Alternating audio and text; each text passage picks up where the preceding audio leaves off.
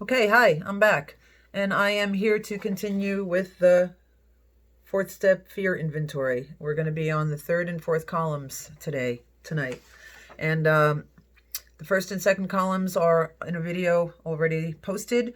And so tonight we're taking our fears and we are listing them in the first column, top to bottom. And then we're talking about what they are in the second column. Pretty simple, just have to make a note of them. You know what they are. You don't need to write a whole book here.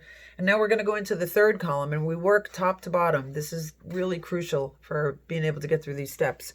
And so the third column, and it says, but did not I myself set the ball rolling? And how did self-reliance fail me? How am I contributing to the fear? This includes considering if my own selfishness and self-centeredness was involved.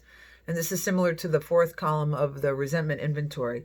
And also, is the fear imagined or real? And so we have this fear over here, and we talked about what it was. And so I'm going to say fear of flying. And I listed my fear of flying. And I asked myself why I had it. I don't know why I have it. I read stories about a plane going down when I was a kid. It scared me. Maybe I saw something on the news that scared me. Maybe I knew somebody that was in a plane accident and got killed, and that freaked me out. And I matched up something in my head to the idea that flying was not good and it was going to kill me, and I just had a fear that I just couldn't do anything about.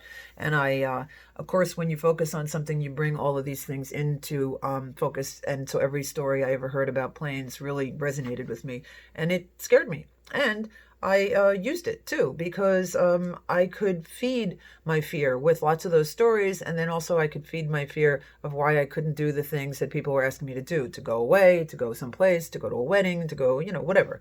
And I used the fear. But did not I myself set the ball rolling? Well, yeah, because I didn't ask for help about it. It never occurred to me to ask for help. I would hear people talking about, say, there were classes, or you could do acupuncture or hypnosis or something. And I was like, no, no, no, no, you don't understand. It's so bad. I can't do anything about it. I had convinced myself that this was something that I couldn't overcome. I couldn't. And I was right, because I can't overcome it. A sick mind can't heal a sick mind. A scared mind can't, heal or soothe a scared mind. I had to have something outside of myself to help me with it. And unfortunately, a lot of the times people use alcohol and drugs and things like that. Other people, to feed that fear and keep the ball rolling, just like it says here. So this is also like the resentment, the last column in the resentment inventory, which is, where was I selfish, self-seeking, frightened, and dishonest?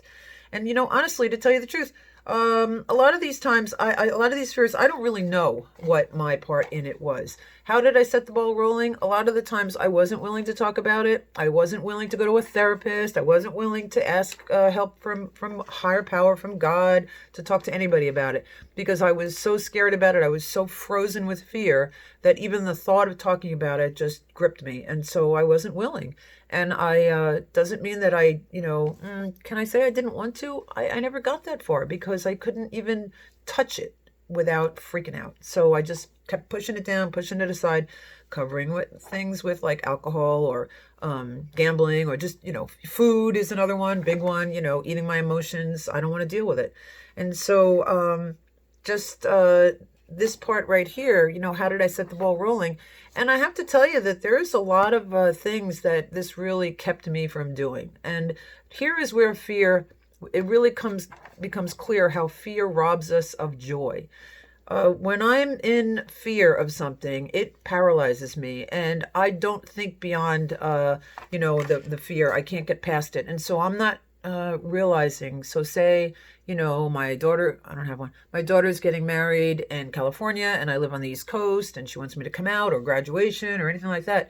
And I said, no, nope, can't do it, because I am scared of flying. And it basically immediately gives me an excuse of why I don't have to take part in something that probably, I don't think I really want to take part in anyway. All right, maybe my daughter's wedding, but I'm too scared.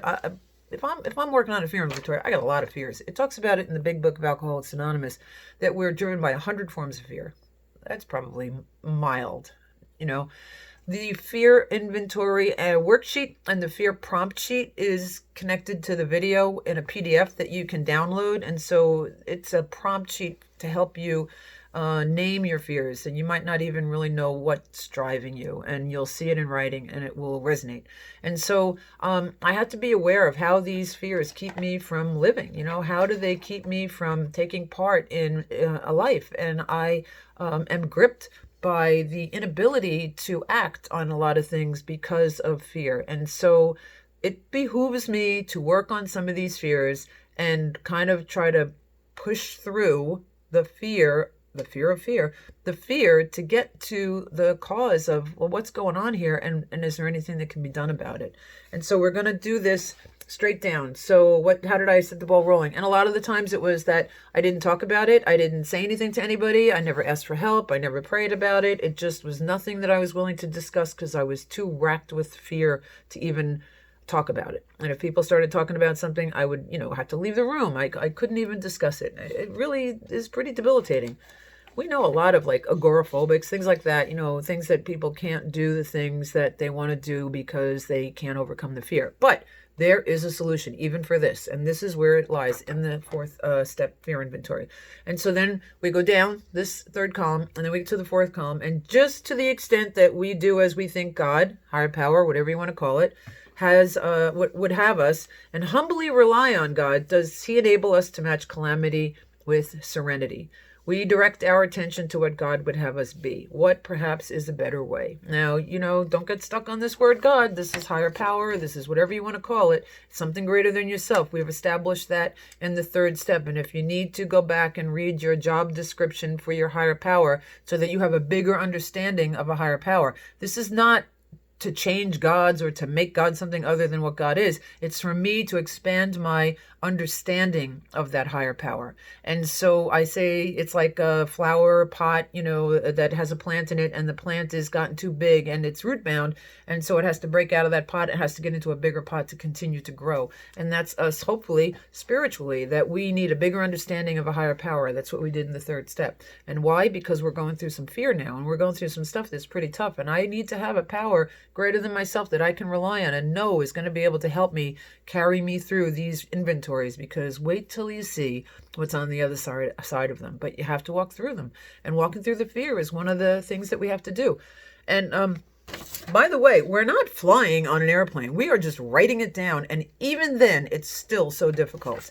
And so here we are in the last column. What do you think that God would rather have me do? What perhaps is a better way? And I think that a lot of the times I'd get stuck and it would say, what do you think is a better way? And it was as simple as saying, to be able to talk about it with someone, to be able to say that scares me out loud, to be able to admit to it, and to be able to take it to God and ask for help with it. And even if I don't really want help because it's too scary to even think about it, no, I don't want to talk about it because somebody might try to make me get on a plane. Nobody's going to make you try to get on a plane. You're going to be able to get on a plane if that's something that you want to do. And so how does that happen? If I have so much fear I can't even get near it, I can pray for the willingness to be willing to even think about being willing about talking about this. I can bring it to God. I can start sharing it with someone if I'm in programs. The 12-step programs, you have a sponsor, you can talk to them. You can talk to your priest about it. You can talk to your therapist. You can talk to your friend, a trusted friend. You can talk to somebody else that's in one of the 12-step programs that's working these steps also. And, you can talk to me. And that information is on the Patreon site, how you can get in touch with me also. And so this stuff is really powerful. All I'm asking is that you put it on paper and just be willing to put it on paper. Nobody else is going to see it. This is just for you. And this is just for your higher power to be able to start working with you on this. Your higher power is the one that's going to afford you the ability to move through this and to start to think, what would it be like if I weren't so riddled by fear, and if my life wasn't so constricted because of the things that I tell myself I cannot do because of the fear. And the ability to push through it. And you don't do it by yourself. You do it with a power greater than yourself. And you do it with somebody else, hopefully, that's working these steps. And you can do it with me. Is just phenomenal. Very powerful stuff. And all we're asking is that you write it down. This is part of the solution, but we have to go through the work to get there. And so that's it for step 4. We're going to write down here. These are the fears that I had. This is why I had them. Sometimes I don't know. It was just because I've always had it. And then how did I set the ball rolling? I never wanted to talk about it. I never admitted it. I never, I can't swim. I'm afraid of swimming. And how did I get it? I don't know. maybe something happened to me when I was a kid. I don't know. Maybe I heard stories. I don't know. But I've never talked about it, and I never wanted to talk about it. And then it's really constricted me, because when my family wanted to go to the beach, or when my family wanted to go to the pool, or when someone asked me to go to the lake with them, no, it would just create such fear in my life. I would completely shut down. And this keeps me from doing a lot of things in life that would bring me a lot of joy with people that I love, friends, family, whatever, because of the fear. So we're going to see if we can maybe even talk about it, even touch it. It's very exciting stuff to think that no matter what your fear is, that there is a solution. So come along, keep coming with me. This is the end of the fear inventory. You're just going to write it on paper, and we're going to put it aside after we do this, and we're going to keep on moving. So come back for the next video. And if you've come this far, you're already starting to feel some of the effects of what the 12 steps can do for you. It says you'll be amazed before you're halfway through. There's something that's starting to happen that you can't put into words typically, but you feel it. And there's a shift happening. And I always tell people that I work with, let me know when that shift happens. You'll feel it. It's real. And so I hope that you are good with this. And any questions, feel free to contact me. And I look forward to getting in touch with you to the next inventory. I'm not going to tell you what it is, because it's a little bit scarier than this. And don't be fooled by the name of it either, by the way. All right, talk to you soon. Thanks for listening. Appreciate it. And if you would hit subscribe button, that would be great. And I think there's a bell that will tell you when I drop new videos, notification bell.